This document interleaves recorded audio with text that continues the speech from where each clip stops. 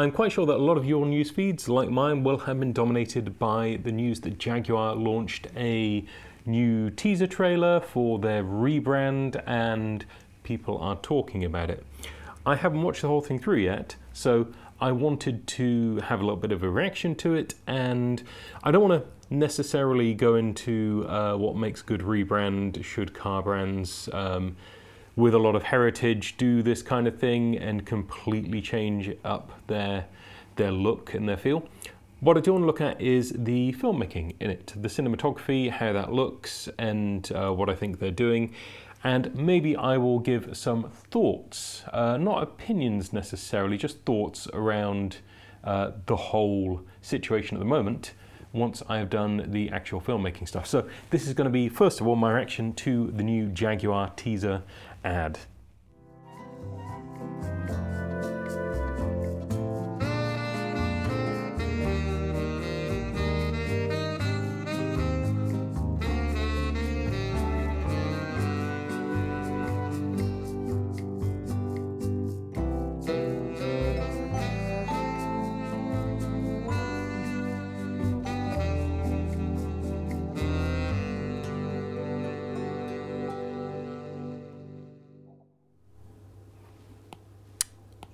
Okay, that is a thing. There's quite a lot to look at with that, obviously, in terms of the color palette. There's a lot of color going on. I think that I'll just skim back to the beginning.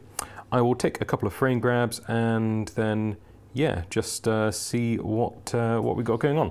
So first of all, opening shot in the lift just here, and this is interesting because immediately you've got a very stark color palette. Red, primarily it is reds and yellows. There's pink in there, but you know, that's kind of in the reddy, magenta-y kind of spectrum, and there's some orangey tones in there as well. In terms of then lighting for this, we've got quite a top light coming in for the people at the back, so their eyes are going a little bit into, you know, when you have more of a top light, the eyebrow and the forehead, depending on how much your forehead protrudes, you get a little bit more of a shadow underneath your eyes. So people with very deep set eyes, if you light them very toppy, can end up with very dark eyes quite quickly. So this gentleman on the left just here, for example, let's use a different color. This gent just here, he's got relatively deep set eyes, but perhaps the gentleman on the right is getting a little bit more actually into his eye just there. So yeah, that is definitely a thing. And then on the left just here, I would say less deep set eyes, and you can see it's kind of filling in a little bit more. In terms of then the rest of the light for this, we've got a big frontal push coming in, and it's interesting because you can see this coming from this side on front just here, and there is an awful lot. I'm just going to kind of skim over, highlight over. There's an awful lot of reflection in the skin. Now, quite a lot of the time with a key light, with a frontal light, I tend not to want to see that for a lot of the things that I do, and it's a spectrum.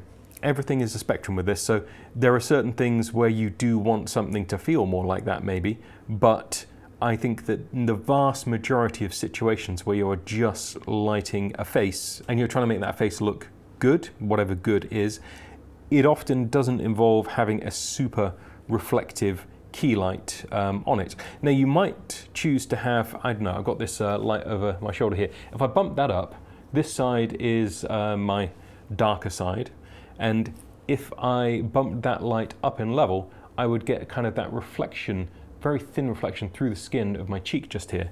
Now that can actually, I was looking in the screen just there, that can actually be flattering because it helps to give definition and shape to a face, where often with the more frontal lights, it is somewhat less flattering. And I would say that then this lady to the right is also getting an element of that from the top light that is coming down. Remember, there's quite a lot of top light going on just here. Otherwise, the people who are in this, I don't know, what are we saying is it's a lift, kind of, I guess? That would be too deep for the light to penetrate in. So everyone inside that is either getting a little bit of frontal or they're getting that top light, and the top light is kind of splaying off to either side just there. So the people on the left-hand side are getting it on the left side of their face, the right side to camera. And then the people in the middle are kind of just getting it over the tops of their heads and down. And then, the further you move forwards, the more that becomes a hair light, edge light just around. And you can see on the hair just here, let's use a different color actually, because that is not going to be very visible. Let's go with yellow. So on hair just here, we have that edge.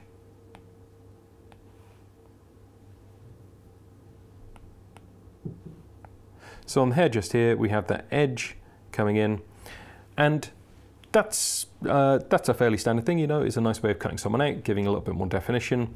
I think that if we took this to black and white, everything's going to go very, very stark. The fact that there are colors in there helps to pick apart the characters somewhat. We're not really dealing with a very flattering shot for anyone. It is meant to be, I say it's meant to be, it feels like it is meant to be stark and bold, but not necessarily traditionally aesthetically pleasing in terms of lighting. It is more like high fashiony, where things are done just because we want impact. I think that's fair to say. In the wider shot, you can see actually there are some practical things going on here, which I'm going to assume, for the sake of argument, are in fact practical and not CG set or anything like that. But I think this feels like it probably is practical. So let's take a frame grab of this one.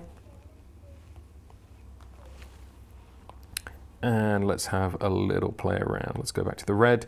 So over the top, you can see these grates just here, and the light is coming down from that. Perfectly legit practical source, and they're stepping out into this environment. And again, we've got another kind of color contrast here with the pinkish landscape going on. And what is interesting about this landscape is there's sort of a bit of texture. I don't know if this will render on the frame guide that I've got just here, but there's a bit of texture to it. So to me, it feels a little bit like it is a backdrop, but equally it could just be texture that's put into a volume, LED volume. So it could just be texture that's been put onto the LED volume in order to make it feel like sort of a painted backdrop, because that's the aesthetic they wanted.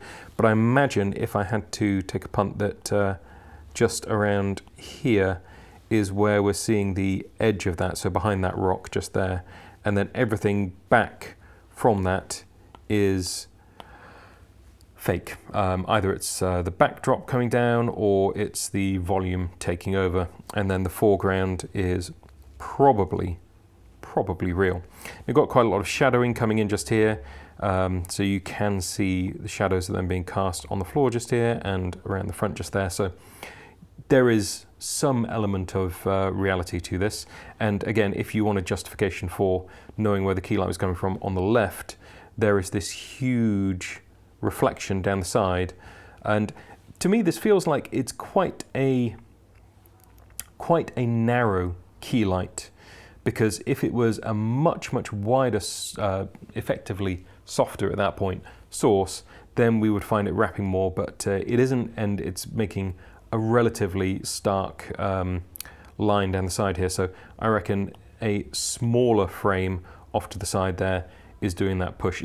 I say smaller, not like a 20 by, probably not even 12, more like 8, I reckon. But then this could also be a large softbox, have to be a pretty large softbox, but yeah, that could also do the trick. And it feels like it comes down quite low, again, comparatively speaking. So you see that it kind of drops off as we get down towards the bottom.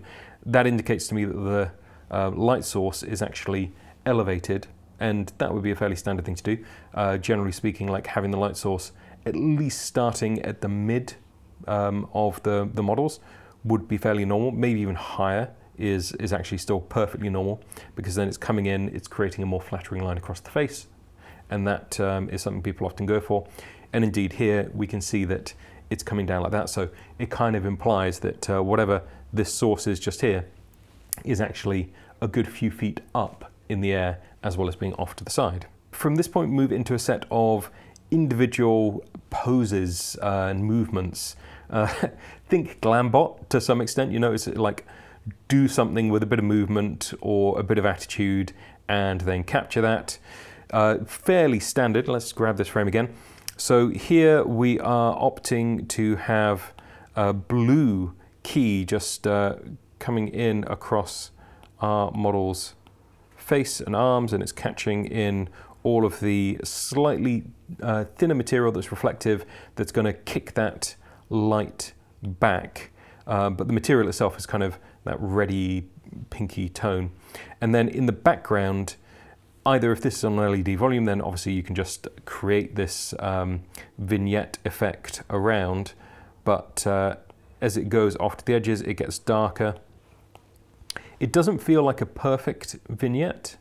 So to me, maybe that does feel like it is for real, but I suppose it could be just they're not quite centered in it, or it wasn't quite designed to fit the person exactly. But yeah, obviously bright in the middle, darker on the outside, easy way of drawing your focus in. You get a more saturated tone around the edges and less saturated as it gets brighter into the center.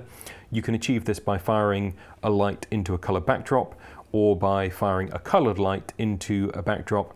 If you're doing that, then you need to really moderate your levels to keep the saturation in there, and also make sure the spread of light is such that you don't completely wash out the center portion before it starts to drop off and get to the more saturated areas on the side. You need to make sure your light has the right level of spread at that point, as well as having the right level of intensity. So yeah, you really need to think about it. If you're on a volume or any kind of LED backdrop, even a TV, I have done it myself, you can just put a vignette on a colored backdrop and have done with it, and that's nice and easy. So we've got color contrast there with her skin and the background, and then the kind of gauzy material is obviously creating areas of interest and catching little bits of light and movement, and it's kind of slow motion. For this one, all the red and everything is the theme. Light doesn't feel like it's coming from the front at all, because if you look at the shot just here, he's not really getting anything into his eyes just there at all. It's coming more from the sides, and I'm going to need to do that in blue. It's coming more from either side and kind of edge lighting him and top lighting him a little bit. And I would say with this, it isn't a flattering light that we're going for here. And a lot of the time in commercial filmmaking, you're just trying to be flattering. You aren't necessarily trying to have an artistic interpretation of what light on human face looks like. You're trying to create a pleasing look on a human face and show that face off to best effect, which often is just filling in the shadows and making sure there aren't too many wrinkles, making sure you have something in the eyes, that kind of thing. And there's nothing wrong with that, and there's nothing wrong with this, but I'm just saying this is that unflattering look. You can see much more going on in terms of, let me just erase that. You can see much more going on in terms of lines in the face, and that obviously is going to have a certain feel. So these lines are really pronounced just here, and here, and even around the eyes just there, and we've got this quite pronounced shadowing in the eye sockets as well. They may have enhanced this a little bit with makeup, but it's certainly there, and it's certainly stark. This is probably the most interesting from a lighting point of view, because you actually have some movement of light, and that top probably, this one's quite easy to call, I reckon. So you would have a load of tube lights, any kind of tube light, you name your tube light, just in the ceiling just here. The ceiling itself is a set, and it's probably built with diff in, and then you can even see kind of the shape of the tubes in there. and they're bleeding off to the edges. They're not trying to make it perfect, and then they just program a chase and it moves. Bada bing, bada boom, you've got your moving light in the ceiling, and that does the thing. And then because of that, it will affect the light in the space. So this feels like it probably is a painted environment, because it would be harder to do this with an LED volume. You would have the reflections and things, and then you would have the actual light casting off this, interfering with everything. So I think that on balance, I would say this is a set for sure, and they've just got this all built up. A little bit like that, oh God, what it is, Drake, is it a Drake video? With the coloured screens where they fired coloured lights through. Could be like that, but I feel this is more a solid wall painted. And then as the light moves, it affects the lighting on person in the foreground just here. So for example, on the shoulder pads, you can see it is all top lit and face is completely gone. There's nothing really in the face just there, no lights in the eyes or anything. And then as it moves over the top, you get more on the face, and you get that moment where it's really, really toppy, and then it proceeds forwards. Something I would say here, this is about the only shot where I feel like they've got a really decent color contrast going on, and everything about this screams they were making a choice for their own reasons, but the lack of the color contrast in a lot of the other shots was, I don't know, it just felt a tiny bit off on some of them. And this one, you got the red, you got that kind of blue to turquoisey kind of vibe going on in the back, and then you've got the yellow hammer. These are all tones which are going to color contrast with each other, so it's a stronger combination. Break molds, don't copy anyone, is ironic when they've got that sledgehammer, and it kind of feels like it's evoking the old Apple advert, you know, with the hammer and the running and the. So I don't know if I'm buying that. And don't copy everyone. I think they might be copying a few people here, if I'm honest. I will say they obviously really liked this sequence because they use 3 shots from it: the sideways shot, the kind of forwards presenting the hammer shot with the silhouette and it chases back, and then also a kind of just lying against the side shot as well. There's quite a lot to recommend these ones. These are actually more interesting than a lot of the other shots to me. They just feel kind of, I don't know, like they hang together a bit better.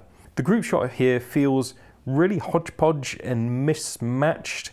I don't feel that the colors are stacked in a way which works, even if you're choosing all of these colors together, which I think is odd. And then they've got probably the smallest person at the back with that big circle around them, and then they got the tallest people at the front, it feels like, or certainly a couple of the tallest people at the front.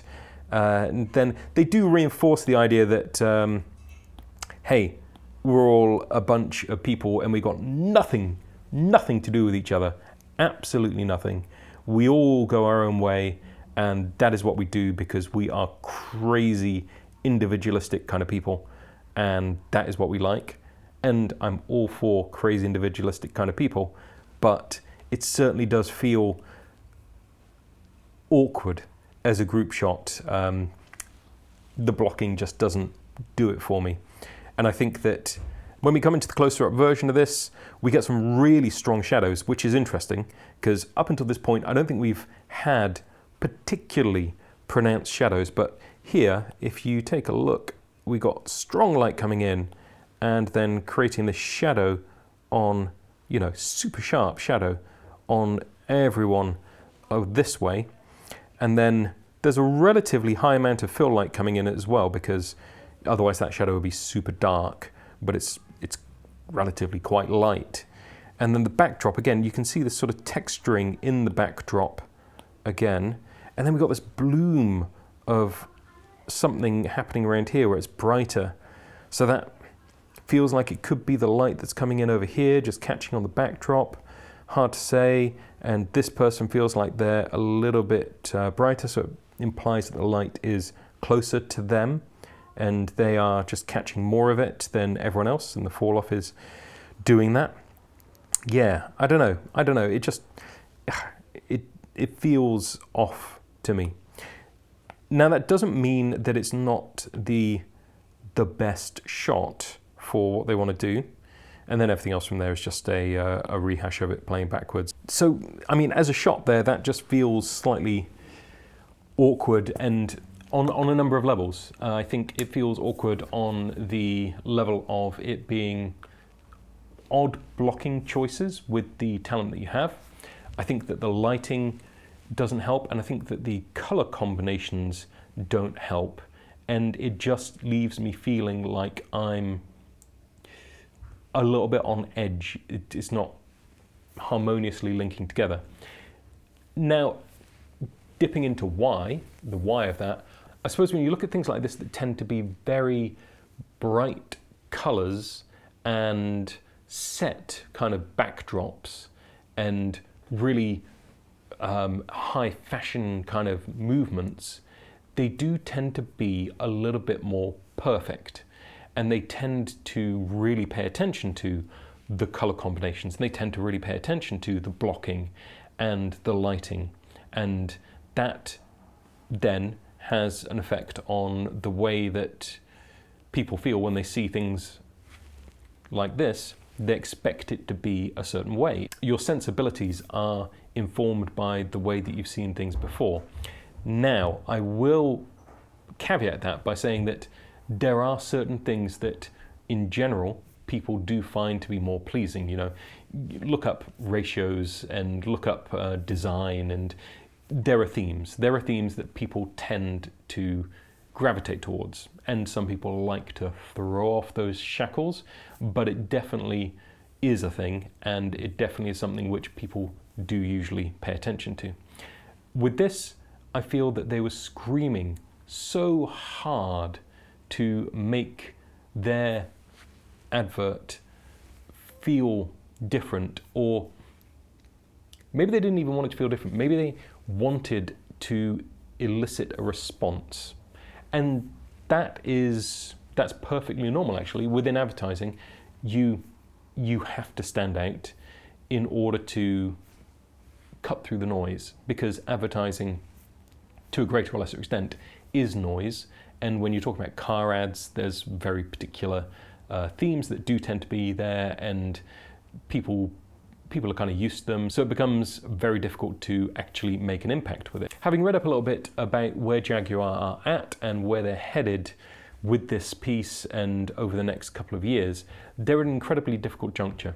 For me, Jaguar I associate as being a little bit of a granddad kind of car. Literally, my granddad had Jaguars, and they're cool. I don't dislike them necessarily. The old Jaguars, they've got a certain vibe to them, they've got a certain feel to them. You know, big V12 engine in this thing, it was a monster. It took 4-star unleaded, it was, you know, a beast of a machine, but it had a look to it, and it's kind of cool. Now, I haven't desired a Jaguar recently. I'm probably not the target audience, but it feels like now they're in a position where a lot of the other brands within the group, because car companies now aren't just the car companies, they're usually within a group. And I don't know, watch Matt Armstrong's channel. All of the cars are made with car parts from the parent manufacturer, and it's just a rebranding exercise and all of that. So they are underperforming. They need to change things up, and they are moving electric. They aren't going to be launching any new cars apparently for a year, and that's a tricky situation. They're ceasing manufacture based on what I've read, and then they are just going to be doing this rebranding exercise. In December, they're showing, because this is just a teaser, they're showing more stuff to try and whet people's appetites. I think within the context of that, they had nothing to say. They had absolutely nothing to say, and they needed to start a conversation and get people arguing, because nothing would be worse than putting out a generic advert and having no response, no one comments, no one likes it, apart from just the few hardcore, and then it just sinks without a trace, and then for a year and a half, they're gone, and there's nothing. Is it a good move? I don't know. There are so many things about the way this was shot that feel odd to me, that I think that they kind of had to be intentional because of the amount of money that would have been behind it and the amount of people who were looking at it. Everything would have been done for a reason. They pick the cast for a reason. They pick the outfits for a reason. They picked their font for a reason. So it's not like it's unthinking. That doesn't mean that it's right either. Now, I've been involved in creative process on car adverts, and it's fascinating how when you get a bunch of people together, you often don't come up with the best result, is something. You often come up with something which is a watered down version of the initial idea. Or you come up with something which is like the creative team's dream, but has nothing to do with the people who are going to buy the product. I've seen this happen a few times.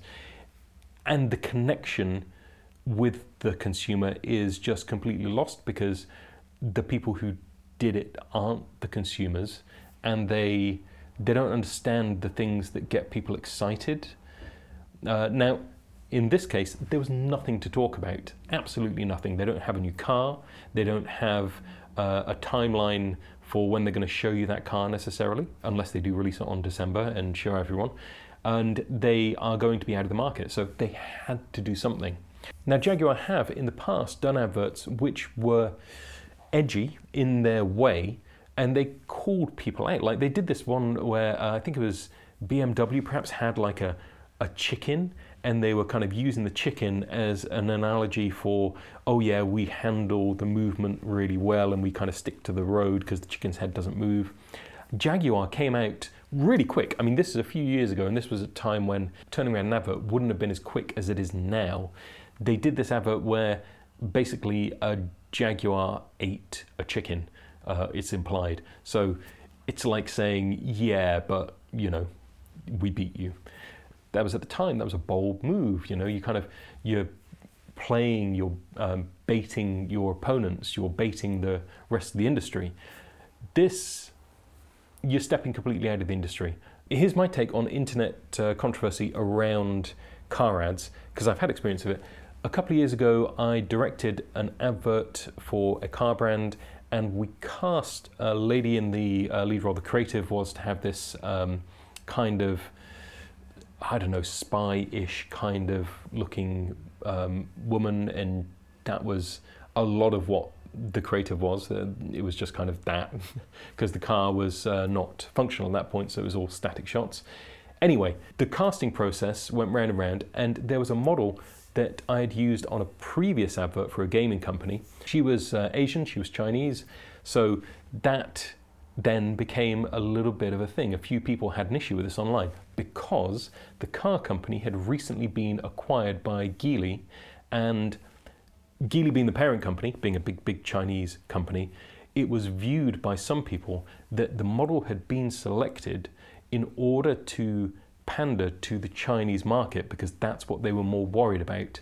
And it was just fascinating to see that play out personally from my point of view, knowing that I had been the one driving that decision because I'd worked with this person and I knew what they were like and I knew that they would work. So for me, it's fascinating what people actually imparted into that, you know, that there was this big conspiracy and that it was all of this stuff that had been driven by Geely, and they'd, no, it was just people that I'd worked with and then wanted to work with again. So there are two sides to everything, and in a lot of ways there is a right side and a wrong side in my story. The people who made those comments were entirely incorrect.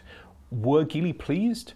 I mean, maybe. It probably played quite well for them within their market, but that was actually pure coincidence. I'm going to be interested to see what they drop in December in Miami. But in the meantime, drop some comments below. I'm sure that everyone is going to have a side here and it'll be quite polarized. So yeah, keep it cordial. I don't want to have to moderate comments. That's not what I like doing. See you next time.